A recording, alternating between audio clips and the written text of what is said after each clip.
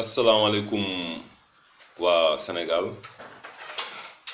maa ngi leen di nuyu ku nekk ci turam ak santam di leen baal àq te di leen baalu àq ci weeru koor gi ñu génn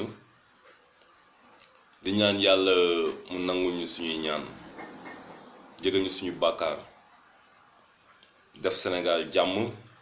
man nag maa ngi tudd Djibril Touré dëkk Thiès. C'est une grande première me trouver opportun def vidéo ndax vidéo bi tey li ko waral mooy mbir mi nga xam ne dafa lëmbe Sénégal concerne tout le monde parce que mbir moom man dama ko jàppee une question de souveraineté. mbiru Petro-Tim te BBC def ci documentaire wan Sénégalais yëpp ni ñuy gérer seen ressources naturelles yi mu nekk mbir mu ñu ñaawlu may jàpp ne sax fii ci Sénégal tey mësuma fekkee feetu Korité bu ñu feetee dans cette indignation au niveau des Sénégalais. Tous les Sénégalais sont indignés, tous les Sénégalais sont sidérés bi ñu déggee somme yi gars yi di avancé ci wàllu ressources yi nga xam ne donc ñëpp ko bokk ressources yoo xam ne santul Sall santul Faye santul Timbo santul leneen lu dul sénégalais. Kayor offshore ak Saint-Louis offshore Sénégal da ko joxoon ci anam yu kenn rafetluwul ndax ku xam yoon loolu mënoo koo rafetlu dañ ko joxoon benn waaye bu ñuy wax Frank Timis ci ay jàngat nag mu nekk koo xam ne vraiment deram setul ci àdduna ndax am na réew yu bari yu ko porté plainte ci ay fait de corruption.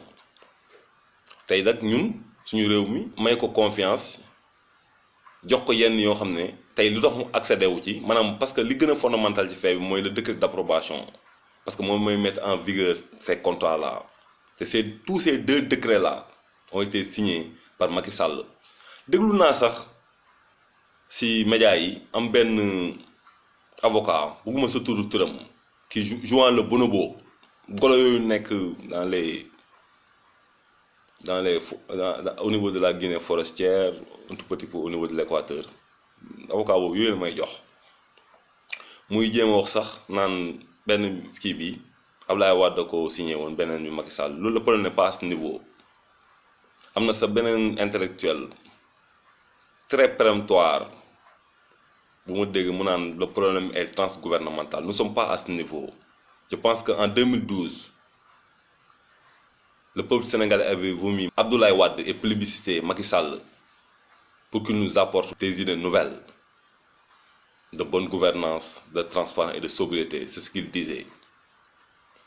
waaye tey jii nag problème bi nga xam ne rakam nag takk na ci rip lii ba gars yi di wax naan ci naan takk na ci rip ñu ko ciy wax ay loo xam ne ay pots de vin lañ koy wax lu sax lu may tuddee ay pots de vin man je pense que c'est des puits de vin boo nee bassine de vin sax day simple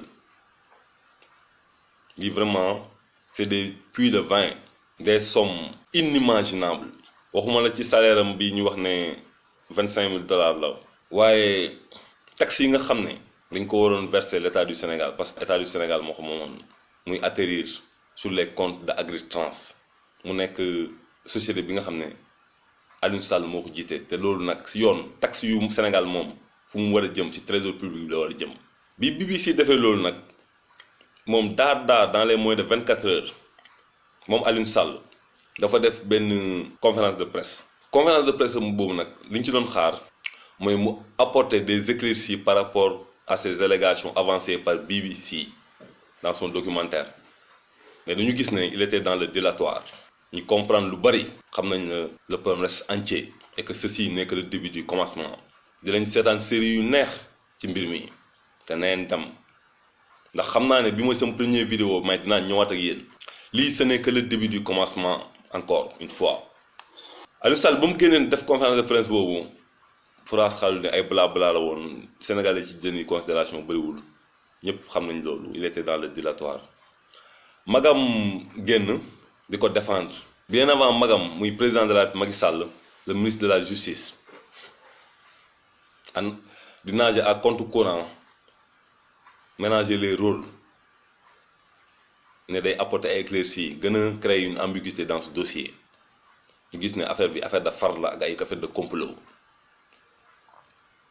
Macky Sall ñëw jour julli ñu gis ñëpp taxaw dégg ay preuve moom xam fi mu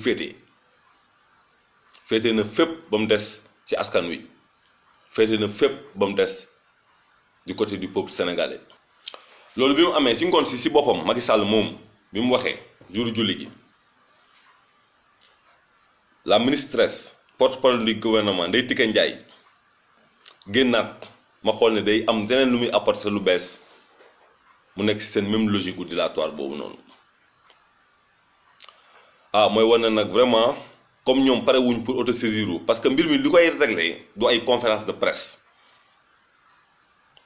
mbir mi li koy réglé mooy que l'opinion nationale et internationale est arrêtée par rapport à cette situation parce que nous ne voudrons pas que le Sénégal se retrouve dans une zone de difficulté. waaye mbir mii nii tey dafa lëndëm yàggul dara man lire naa ay simulation Banque mondiale ñuy wax le Sénégal enregistre un manque à gagner de 1750 milliards dû aux exonérations fiscales des multinationales à la fraude et à la corruption tey ma gis lii mbiru Petro-Tim bi nga xam ne kat mbir yi mu ngi nekk dëgg waaye nag sàcc ndënd yomb na mais fu nga koy tëggee jafe li nga xam ne moom moo def révolution française 1789 mu ngi xeeñ fii ci Sénégal